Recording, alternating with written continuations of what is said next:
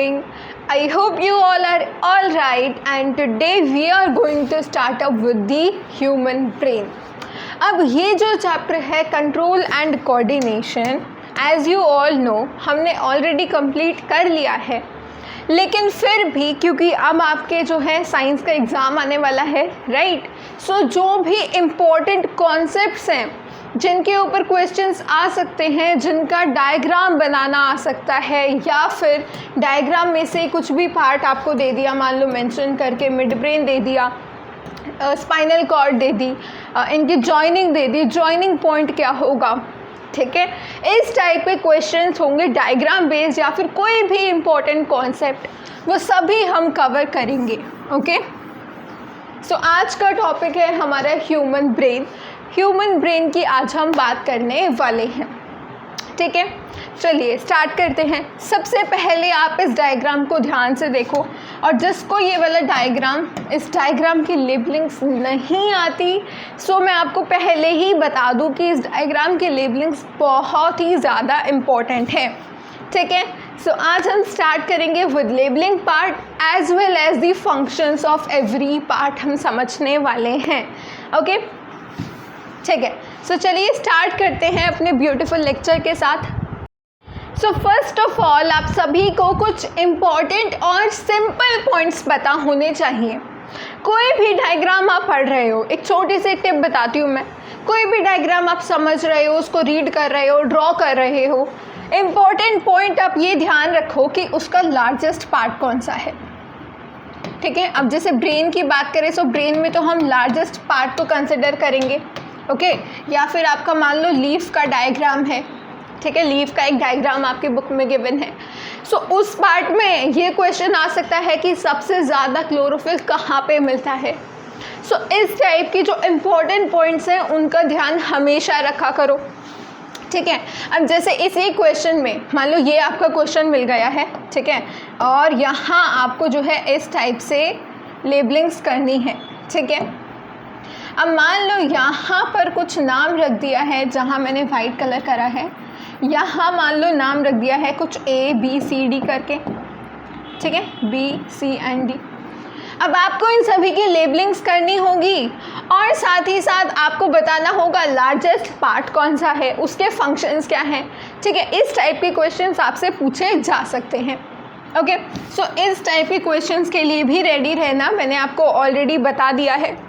सो अब स्टार्ट करते हैं। पहले डायग्राम देखो ध्यान से, ये आपका NCERT का ही डायग्राम है और उसी पे आपको स्टिक करके रखना है, ठीक है? देखो, अब ये लार्जेस्ट पार्ट आप देख पा रहे हो ब्रेन का, this is what, this is four brain, ठीक है? ये पूरा पार्ट क्या है, दिस इज़ फोर ब्रेन। उसके बाद अगर मैं बात करूँ इस वाले पार्ट की, this is mid brain. Mid brain मतलब नाम से ही समझ आ रहा है, मिड मीन्स कहीं मिडल, बीच वाला, ओके? सो फोर ब्रेन, ये पूरा पार्ट फोर ब्रेन का है, दिस इज़ मिड ब्रेन। और बाद में अगर हम बात करें हाइंड ब्रेन की, सो हाइंड वर्ड का मतलब क्या होता है, पीछे या फिर नीचे कह लो। सो नीचे वाला पार्ट जो है ब्रेन का, this portion is hind brain, ठीक है? सो यहाँ हाइंड ब्रेन के फर्दर पार्ट्स होते हैं पॉन्स, मेड्यूला एंड सेरिबेलम। और फोर ब्रेन का पार्ट क्या है, cerebrum, which is again the largest part of the brain. अब फोर ब्रेन का ही पार्ट है, वो भी सबसे बड़ा पार्ट, ओके? अब मिड ब्रेन खुद ही इतना छोटा सा है ना? सो कुछ खास फर्दर डिविजन्स नहीं है, बट फिर भी कुछ इम्पॉर्टेंट यहाँ पर ग्लैंड्स प्रेजेंट होते हैं, जैसे कि मिड ब्रेन और हाइंड ब्रेन की अगर मैं बात करूँ, यहाँ पर कुछ इम्पॉर्टेंट ग्लैंड्स हैं, जैसे कि हाइपोथैलेमस, पिट्यूटरी ग्लैंड, ठीक है? समझ आया? अब इस बात का आपको हमेशा ध्यान रखना है, ये जो आप स्ट्रक्चर देख पा रहे हो, इस टाइप से ये वाला स्ट्रक्चर देखो ध्यान से, ये है आपका पिट्यूटरी ग्लैंड, क्लियर है? और इसके ऊपर ही जस्ट पिट्यूटरी ग्लैंड और हाइपोथैलेमस बहुत पास होते हैं। सो कंफ्यूजन नहीं होनी चाहिए लेबलिंग के दौरान। ये जो इस टाइप का स्ट्रक्चर आपको जहाँ भी दिखे, समझ जाओ कि वो क्या है, पिट्यूटरी ग्लैंड है। और पिट्यूटरी ग्लैंड के ऊपर ही यहाँ ये देखो, ये क्या है, हमारा हाइपोथैलेमस। समझ आ गया? सो मिड ब्रेन हो गया, हाइंड ब्रेन, और उसके बाद अब ब्रेन का सबसे नीचे वाला पार्ट क्या हुआ, हाइंड ब्रेन, और हाइंड ब्रेन की बाद होती है हमारी स्टार्ट स्पाइनल कॉर्ड। ओके, अब आप ब्रेन का पार्ट जो है, ब्रेन आपको पता ही है वॉलनट की तरह हमारा नज़र आता है, सो उससे भी आप समझ सकते हो। क्लियर हुए इतने कॉन्सेप्ट्स? ठीक है, बाकी डायग्राम तो आपको खुद ही ध्यान देना पड़ेगा। अब हम स्टार्ट करते हैं विद दी फोर ब्रेन। अब forebrain, as I told you, it is the largest brain part. ठीक है, ब्रेन का सबसे बड़ा पार्ट है, लार्जेस्ट पार्ट है। अब इसमें अब बहुत सारे बच्चों को कन्फ्यूजन्स रहती हैं इनके फंक्शंस में। ठीक है, अब ज़रूरी नहीं है वो लेबलिंग ही देंगे, लेबलिंग से ज़्यादा डिफ़िकल्ट क्वेश्चन बन सकता है इनके फंक्शन का। या फिर आपको फंक्शन दे दिया गया है, मान लो 3 ऑप्शन दिए हैं, मान लो 4 स्टेटमेंट दी हैं, 3 को भी छोड़ो, 4 स्टेटमेंट दी हैं। ठीक है, एक स्टेटमेंट में कह दिया कि ये वॉलंटरी फंक्शंस कर रहा है। ठीक है, VF लिख रही हूँ, मतलब voluntary functions, just for example. उसके बाद कह दिया कि ये बॉडी के बैलेंस को मेंटेन करके रखता है। ठीक है, और आपको बहुत सारे टाइप के एग्जांपल्स मतलब यहीं पर क्वेश्चन में स्टेटमेंट्स दी जा सकती हैं। फॉर एग्जांपल इनवॉलंटरी फंक्शन भी दे दिए। ठीक है, इनवॉलंटरी फंक्शंस, और इसी तरीके से आपको दे दिया कि भाई इमोशंस कौन सा पार्ट हमारा रेगुलेट करता है, और आपको मैचिंग की फॉर्म में पूछा जा सकता है, ब्लैंक्स की फॉर्म में पूछा जा सकता है। ठीक है, या फिर एक ही किसी ब्रेन पार्ट के स्टेटमेंट्स दे दी हैं और आपको आइडेंटिफाई करना है ऑन द बेसिस ऑफ दो स्टेटमेंट्स कि कौन से वाले पार्ट की बात करी गई है। ठीक है, सो ये जो है क्वेश्चंस का लेवल थोड़ा बढ़ जाता है, लेकिन आप सभी को इस टाइप के क्वेश्चंस के लिए भी रेडी रहना है। क्लियर हुआ? ऐसा कब हो पाएगा? ऐसा जब ही हो पाएगा जब आपको हर एक पार्ट के फंक्शंस ऑलरेडी अच्छे से क्लियर होंगे। अब हम क्या है, ऐसे रीड करेंगे और उसके बाद हम NCERT की भी रीडिंग करेंगे, क्योंकि मैंने देखा है बहुत सारे बच्चों को जो कॉन्सेप्ट्स हैं वो NCERT से क्लियर नहीं होते। ठीक है, अब ऐसे लेक्चर्स तो आप देख लेते हो, लेकिन NCERT रीड करते हो तो कुछ डाउट्स रह जाते हैं, सो वो भी हम आज ही की क्लास में कवर करेंगे। ठीक है, समझ आया क्यों इम्पोर्टेंट है ये कॉन्सेप्ट पढ़ना?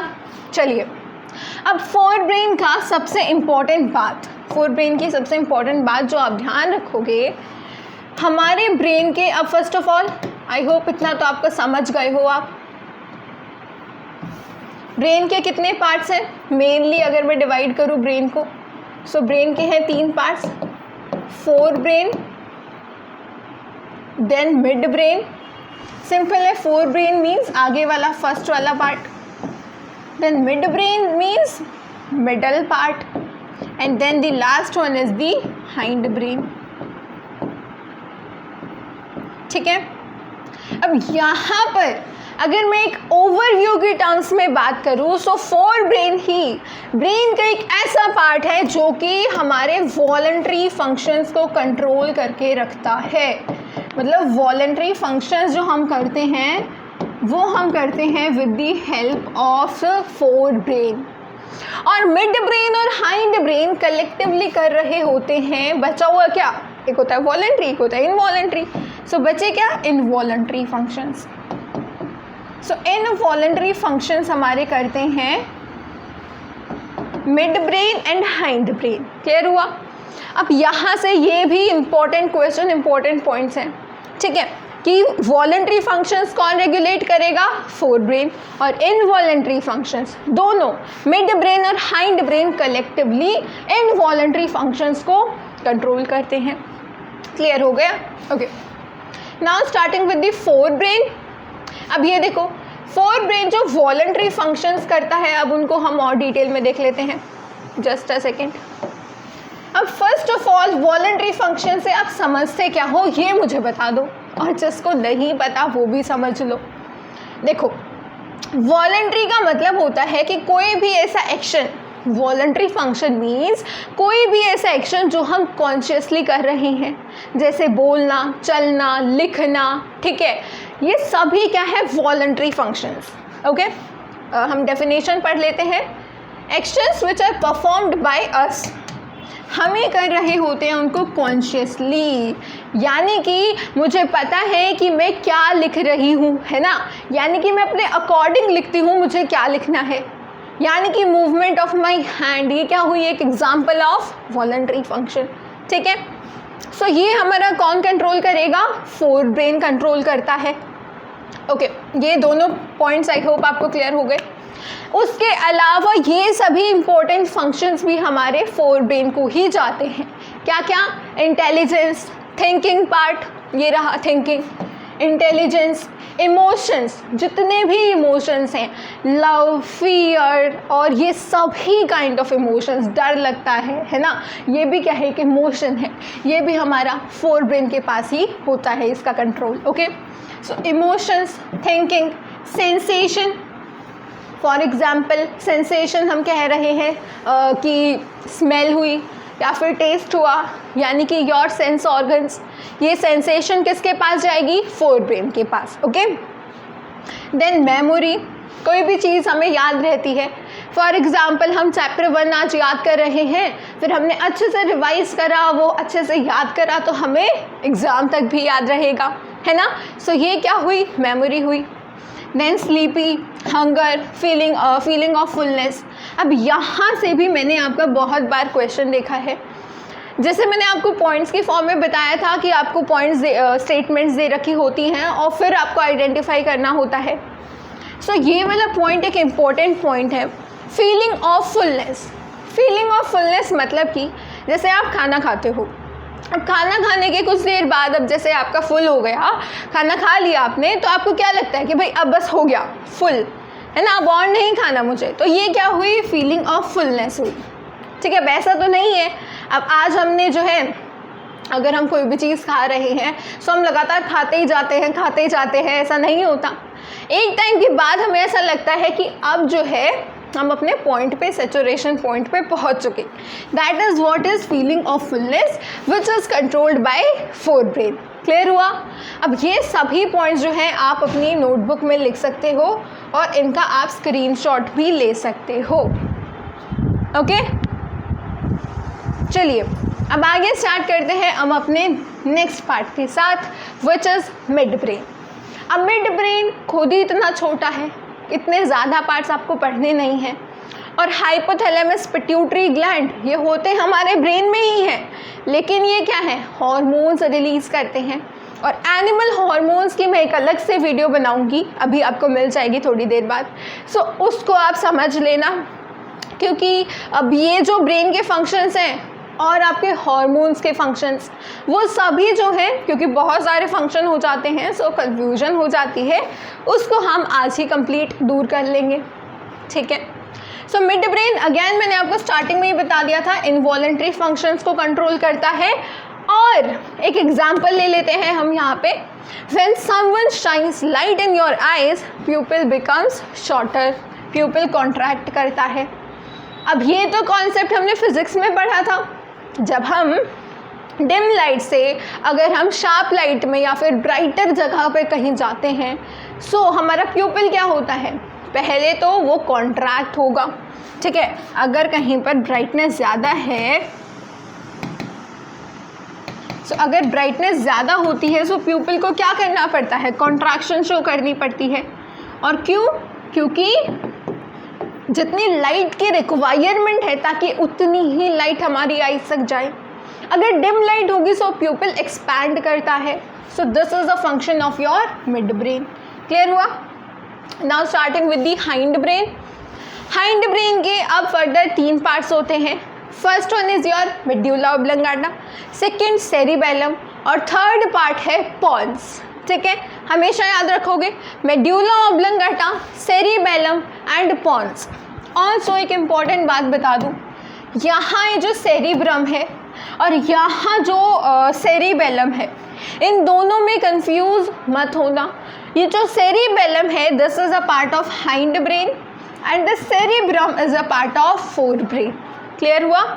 ठीक है, हमेशा इस बात का आपको ध्यान रखना है। ओके, अब स्टार्ट करते हैं with medulla oblongata. Again medulla oblongata क्या है, इनवॉलंटरी फंक्शंस को कंट्रोल करता है। और यहाँ हम कहेंगे controls most essential life giving involuntary functions. अब ध्यान दिया हो आपने तो मैंने लिखा है क्या, लाइफ गिविंग जैसे कि हमारा अब हार्ट बीट करता है, हार्ट बीट्स हो गए, या फिर हम ब्रीदिंग करते हैं, या फिर डाइजेशन है, ये सभी वॉलंटरी फंक्शंस तो है नहीं। क्या आप सोचते हो अब फूड को कहाँ पर मूव कराना है, किस तरीके से स्टमक की मूवमेंट होगी, किस तरीके से फैट्स की, कार्बोहाइड्रेट्स की एब्जॉर्प्शन होगी? नहीं ना। सो मतलब क्या हुआ, ये है एक इनवॉलंटरी फंक्शन। इसी तरीके से हार्ट बीट और ब्रीदिंग भी क्या है, इनवॉलंटरी फंक्शंस होते हैं। सो मेड्यूला ऑब्लंगाटा आपके मोस्ट इम्पॉर्टेंट जो लाइफ गिविंग इनवॉलंटरी फंक्शंस हैं उनको कंट्रोल करता है। इसी तरीके से इनवॉलंटरी रिफ्लेक्सेस जो होते हैं, अब रिफ्लेक्सेस भी तो इनवॉलंटरी होते हैं ना। अब रिफ्लेक्स आर्क और रिफ्लेक्स ये सभी मैंने आपको अच्छे से बताया है। रिफ्लेक्स एक्शन, अब मान लो कोई भी ऐसी चीज़ है, मान लो कोई गर्म चीज़ है, उस पर गलती से आपने टच कर दिया, सो एकदम से हाथ क्या है, पीछे जाता है ना। क्विक स्टिमुलस, क्विक रिस्पॉन्स आता है। This is what is known as reflex action. ठीक है, सो एक क्विक रिस्पॉन्स ही रिफ्लेक्स एक्शन कहलाता है। ओके, अब सेरिबेलम, अब यहाँ जो है सेरिबेलम के साथ हमेशा इस बात को ध्यान रखो, जैसे ही सेरिबेलम का नाम आए आपको याद आ जाना चाहिए balance of the body. Body का बैलेंस मेंटेन करने का काम होता है सेरिबेलम का, which is a part of hind brain. ठीक है, बॉडी का बैलेंस इन द सेंस जैसे आप चलते हो, सो एक आप ढंग से चल पाते हो ना, सीधी डायरेक्शन में जिस तरीके से आपको चलना है। अब ये होता है एक बैलेंसिंग का काम। अब वॉकिंग तो एक फिर भी एक सिंपल टर्म हो गई जो हम यूजुअली करते हैं, इसीलिए हम इसको ज़्यादा बैलेंसिंग के साथ एसोसिएट नहीं करते, लेकिन फिर भी बैलेंसिंग में ही आएगी क्योंकि हमारी बॉडी क्या है, बैलेंस रहती है। बट स्टिल एग्जाम्पल ले लो बाईसाइकिल राइडिंग का। ठीक है, अब बाईसाइकिल राइडिंग जो होती है, अब जिसने पहली बार साइकिल चलाई है उस टाइम बैलेंस तो नहीं बन पाता है ना। पहली बार जब आपने साइकिल चलाई थी, क्या आप अच्छे से बैलेंस बना पाए थे? नहीं बना पाए थे। कभी इधर की साइड हो जाती थी साइकिल, कभी इधर की साइड, और कई बार तो गिरते भी थे, है ना। लेकिन अब कुछ टाइम बाद जब हमने बहुत प्रैक्टिस करी, सो अब हम प्रॉपरली साइकिल चला सकते हैं। किसी और काम के साथ भी हम साइकिल चला सकते हैं, कुछ और करते करते, है ना। इसका मतलब क्या है कि अब जो बैलेंसिंग का काम है वो हमारा मेंटेन कर रहा है सेरिबेलम। और बैलेंसिंग में मैंने आपको राइडिंग अ बाइसाइकिल का एग्जांपल दिया, और आप ये भी ले सकते हो होल्डिंग कप इन हैंड, तो वो भी बैलेंसिंग होती है। और मोटर मेमोरी, अभी मोटर मेमोरी क्या है ये मैं आपको बताती हूँ, तब तक के लिए आप इस पार्ट का स्क्रीनशॉट ले सकते हो। ओके, अब देखिए मोटर मेमोरी क्या होता है। अब वही एग्जांपल देखो, हमने जब पहली बार बाइसाइकिल चलाई थी उस टाइम हमें बहुत सोचना पड़ता था कि मुझे स्ट्रेट, सारा कंसंट्रेशन यहीं पर रखता था, मतलब साइकिल चलाने में ही सारा कंसंट्रेशन लगाते थे कि मुझे भाई स्ट्रेट पाथवे में चलना है, इधर उधर गिरना नहीं है ना। यानी कि उस टाइम हम क्या है, थिंकिंग पार्ट इन्वॉल्व था हमारे ब्रेन का, इंटेलिजेंस इन्वॉल्व थी। दैट मीन कि ये होता है हमारा फोर ब्रेन का पार्ट, है ना। हमने अभी तो पढ़ा है कि फोर ब्रेन हमारा थिंकिंग पार्ट फोर ब्रेन में होता है। ठीक है, और उसके बाद प्रैक्टिस के बाद हमारे लिए bicycle riding is a secondary activity, यानी कि हम किसी और चीज़ के साथ भी आराम से चला सकते हैं बाइसाइकिल। ठीक है, इसी को हम बोलते हैं मोटर मेमोरी। ठीक है, ये भी किसके पास है, हमारे सेरिबेलम के पास है। समझ आ गया सभी को? ओके, अब हम बात करेंगे कुछ अल्कोहलिक पर्सन्स की। अब सेरिबेलम उनका क्या होता है, अफेक्ट हो जाता है। अगर कोई अल्कोहल की कंजप्शन करता है तो उसका सेरिबेलम वाला पार्ट अफेक्ट होता है। और अभी तो हमने पढ़ा कि सेरिबेलम के फंक्शंस क्या होते हैं, कि वो बॉडी बैलेंस को मेंटेन करके रखता है। अब जो बॉडी बैलेंस को मेंटेन करके रख रहा है, अगर वो वाला पार्ट अफेक्ट हो जाता है तो कहीं ना कहीं बॉडी के बैलेंसिंग में दिक्कत हो जाएगी, इसीलिए तो अगर किसी ने अल्कोहल कंजम्पशन ज़्यादा कर ली तो वो प्रॉपरली चल भी नहीं पाते। समझ आया रीज़न? क्योंकि सेरिबेलम वाला पार्ट अफेक्ट हो जाएगा। और इसीलिए ही कहा जाता है, अगर आप खुद ही बताओ, अगर सेरिबेलम अफेक्ट हो गया तो हमने क्या देखा था कुछ देर पहले कि बाइसाइकिल राइडिंग जो है वो हम एक बैलेंस है, बॉडी का बैलेंस बनाना है, जो कि हमारा सेरिबेलम कंट्रोल करता है। और सेरिबेलम अगर कंट्रोल नहीं कर पा रहा सो ड्राइव नहीं कर पाओगे प्रॉपरली। और इसीलिए कहा जाता है डोंट ड्रिंक एंड ड्राइव। समझ आया कॉन्सेप्ट? सो ये सारी चीज़ें लिंक्ड है हमारी सेरिबेलम से, ठीक है। सेरिबेलम अफेक्ट हुआ सो इतनी ज़्यादा प्रॉब्लम्स हो सकती हैं। और थर्ड और लास्ट पार्ट है आपके हाइंड ब्रेन का, दैट इज़ पॉन्स, ठीक है। अब चलो, अब तो हमने रीडिंग कर ली है क्या होते हैं फोर ब्रेन, मतलब क्या होता है fore brain, mid brain, hind brain, उनके फंक्शंस क्या होते हैं। आई होप आपको समझ आए। अब जल्दी से समरी ले लें इनकी विद एनसीईआरटी। चलिए so first of all let's start up with the fore brain. Mid brain को बाद में पढ़ेंगे, फोर ब्रेन को स्टार्ट करते हैं। The fore brain is the main thinking part of the brain. अब ये जो इम्पोर्टेंट पॉइंट्स मैं आपको मार्क करा रही हूँ उनको एनसीईआरटी में ही मार्क कर लो, ठीक है। फर्स्ट पॉइंट क्या है? मेन थिंकिंग पार्ट है हमारे ब्रेन का। कौन? Fore brain, okay. It has regions which receive sensory impulses from various receptors। जो हमने लिखा था ना सेंसेशन, सेंसेशन मतलब कि जितने भी सेंस ऑर्गन्स हैं हमारे, सेंस ऑर्गन से जो भी मैसेज वगैरह आता है वो हमारा कौन रिसीव करेगा? Fore brain. जितने भी रिसेप्टर्स वगैरह होते हैं इनके पास वो सभी इम्पल्सेस हमारा फोर ब्रेन रिसीव करता है। ये हो गया second point, okay. Separate areas of the forebrain are specialized for hearing, smell, sight and so on। मतलब उसी में आ गया सेंसरी इम्पल्सेस में ही अलग अलग एरियाज। अब देखो हर एक काम एक ही एरिया में नहीं होता, ठीक है। अब मान लो कि आपके पास ये एरिया है, मतलब कि ये आपका फोर ब्रेन है। अब हम ये नहीं कहेंगे कि यहीं पर हमारे सारे हियरिंग के इम्पल्सेस हैं, यहीं पर आइज़ की सारी साइट वगैरह का टेस्ट सब कुछ यहीं हो रहा, नहीं। अलग अलग पार्ट्स होते हैं अलग अलग फंक्शन के लिए। क्लियर हुआ? Okay. There are separate areas of association where the sensory information is interpreted by putting it together with the information from other receptors as well as with information that is already stored in the brain। अब देखो, अब हमारा brain क्या है, किस तरीके से message देता है वो यहाँ पर एक्सप्लेन कर रखा है। हमेशा ब्रेन जब भी, अब देखो इम्पल्स तो आपकी इम्पल्स क्या है, सराउंडिंग से आई। जैसे ही टच रिसेप्टर्स या फिर किसी भी सेंसरी ऑर्गन के रिसेप्टर के पास इम्पल्स आई, इम्पल्स पहुँच गई फोर ब्रेन के पास।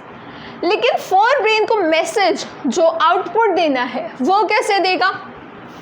वो उस इंफॉर्मेशन को इंटरप्रेट करेगा by putting it together with information from other receptors, जो कि दूसरे रिसेप्टर्स के पास से इंफॉर्मेशन है उसको, और साथ ही साथ जो ऑलरेडी पहले इंफॉर्मेशन रखी थी उस पर्टिकुलर सिचुएशन के लिए, उन दोनों को मिक्स करके कंबाइन करके वो एक ऐसी इंफॉर्मेशन देगा जो आपको जो है मतलब रिस्पॉन्स करना है उस सिचुएशन के लिए। समझ आया? सो ये बात इम्पॉर्टेंट है कि जो पुरानी इंफॉर्मेशन रखी होती है ऑलरेडी हमारे ब्रेन में होती है उसके साथ भी जो है इंटरप्रेट करता है हमारा fore brain. Based on all this a decision is made about how to respond and the information is passed on to the motor areas। important again, motor areas क्या है? देखो अब जो हमारे सेंस ऑर्गन है, सेंस ऑर्गन्स के पास होती है सेंसरी नर्व्स, ठीक है। सेंसरी नर्व्स क्या करेंगी? इंफॉर्मेशन को ब्रेन तक पहुंचाएंगी। More precisely we can say what? Fore brain, ठीक है। अब फोर ब्रेन को क्या है? सिर्फ इंफॉर्मेशन लेनी थोड़ी ना है, बाकी रिस्पॉन्स और डिसीजन भी तो करना है कुछ ना कुछ। सो अब फोर ब्रेन के पास इंफॉर्मेशन लेकर आई हमारी सेंसरी न्यूरॉन, सेंसरी नर्व्स। उसके बाद जो मैसेज फाइनली लेकर जाएंगे, यानी कि जो रिस्पॉन्स आउटपुट देने वाले हैं, वो होते हैं हमारे मोटर न्यूरॉन्स। अब ये मोटर न्यूरॉन्स, अब यहाँ से ही क्या कहा गया है, मोटर एरिया। समझ आया मोटर एरिया क्या कहा गया है? ठीक है, ओके। नेक्स्ट पॉइंट आपका गिवन है मूवमेंट ऑफ वॉलंटरी मसल्स। ठीक है, सो यहाँ हमारे 2 पॉइंट हो गए थे, ये हमारा 3rd पॉइंट था, और उसके बाद ये हो गया हमारा 4th point. Control the movement of voluntary muscles. Example है आपकी लेग मसल्स, वॉलंटरी मसल है, हम कंट्रोल कर सकते हैं। However, certain sensations are distinct from seeing or hearing. For example, how do we know that we have eaten enough? अब हमें ऐसे तो नहीं पता लगता, किसी चीज़ को स्मेल करके या फिर सुनकर हमें ये तो पता नहीं लगता ना कि हम जो है अब हमारा पेट फुल हो चुका है, अब हमें और नहीं खाना है ना। सो ये सेंसेशन जो होती है, sensation of feeling full is because of a center associated with hunger, जिसको हम क्या कह देते हैं, hunger center। अब ये जो सेंटर है हमारा, यहीं पर ये क्या है, again it's a separate part of fore brain. बता दिया मैंने आपको, एक ही जगह पर सारे फंक्शंस नहीं हो सकते। सो फोर ब्रेन का ही अलग पार्ट है, लेकिन जो सेंसेशन ऑफ फीलिंग फुल होती है, मतलब सेंसेशन ऑफ बीइंग फुल होती है, वो हमारे फोर ब्रेन में ही प्रेजेंट होता है, वो वाला पर्टिकुलर पार्ट। समझ आया? अब ये हो गई आपकी फोर ब्रेन की एनसीईआरटी रीडिंग। अब चलते हैं हम मिड ब्रेन और हाइंड ब्रेन पे। Our mouth waters when we see food we like without our meaning to, यानी कि सेलाइवेशन। माउथ वाटर्स का क्या मतलब है? सेलाइवेशन। सेलाइवेशन स्टार्ट हो जाती है जैसे ही हम खाने को देखते हैं। कहते हैं ना, मतलब ये कोई मेरी फेवरेट डिश है और इसको देख के तो मेरे मुंह में पानी आ गया। That is what actually salivation. Okay, our heartbeat without our thinking about it. अच्छा, अब आप अभी सोच रहे थे कुछ 1 सेकेंड पहले जब हमने ये लाइन पढ़ी, उससे पहले क्या आपने सोचा था कि आपकी हार्ट बीट कर रहा है? एक्चुअली हर टाइम हम ऐसा नहीं सोचते। सो बिना सोचे भी हमारा हार्ट तो बीट कर ही रहा है ना। So that is what again a involuntary action. In fact, we cannot control these actions easily by thinking about them, even if we wanted to. अब अभी आपने कहा कि मेरे बिना सोचे ये काम हो रहा था, लेकिन आप सोच भी लोगे ना तो भी ये काम नहीं हो सकता अकॉर्डिंग टू यू। मान लो कि आप सोच रहे हो मेरा जो है डाइजेशन के दौरान अब स्टमक की कॉन्ट्रैक्शन हो, अब रिलैक्सेशन हो। अब हम ऐसा नहीं होता, क्योंकि हमें जो है ये वाला फंक्शन जो है हमारा इनवॉलंटरी पार्ट का होगा, यानी कि मिड ब्रेन और हाइंड ब्रेन का। बल्कि जो फंक्शंस हमारे फोर ब्रेन करता है वो होते हैं हमारे वॉलंटरी फंक्शंस। समझ आया? Okay, then do we have to think about और रिमेंबर टू ब्रीद और digest food? So, in between the simple reflex actions like change in the size of pupil, ये क्या है? Simple reflex action है। अब मैंने आपको स्टार्टिंग में यहाँ बताया था ना, प्यूपिल का साइज चेंज हो रहा था आपका मिड ब्रेन के केस में, है ना। ये प्यूपिल की कॉन्ट्रैक्शन या प्यूपिल रिलैक्स करता है जब वो डिम लाइट में जाता है। So this is what a kind of simple reflex action. ठीक है, सो इस सिंपल रिफ्लेक्स एक्शंस भी हमारे जो है मिड ब्रेन और हाइंड ब्रेन पार्ट कंट्रोल करते हैं। And the thought out action such as moving a chair, there is another set of muscle movements over which we do not have any thinking control. ठीक है, यानी कि जिनके ऊपर हमारा थिंकिंग कंट्रोल नहीं होता, that is what is involuntary actions. Okay, many of these involuntary actions are controlled by the midbrain and hindbrain. So ये वही लाइन है जो इम्पॉर्टेंट है इस पूरे पैराग्राफ में से। सबसे ज़्यादा इम्पॉर्टेंट लाइन यही है, क्योंकि ऊपर तो आपको इसी लाइन के लिए एक्सप्लेन कर रखा है कि हार्ट बीट करता है, ब्रीदिंग होती है, डाइजेशन होती है। Okay, All these involuntary actions including blood pressure, salivation, vomiting are controlled by the medulla in the hindbrain. अब ये जो पार्ट आपको दिए हैं, ब्लड प्रेशर, सलाइवेशन, वॉमिटिंग, ये कंट्रोल कौन करता है? मेड्यूला, हमारे हाइंड ब्रेन का। ठीक है, सो यहाँ जहाँ हमने हाइंड ब्रेन के मेड्यूला के बारे में लिखा था, यहाँ पर हम इन पॉइंट्स को भी ऐड कर सकते हैं। क्या क्या? सलाइवेशन, और क्या पढ़ा हमने अभी? Blood pressure,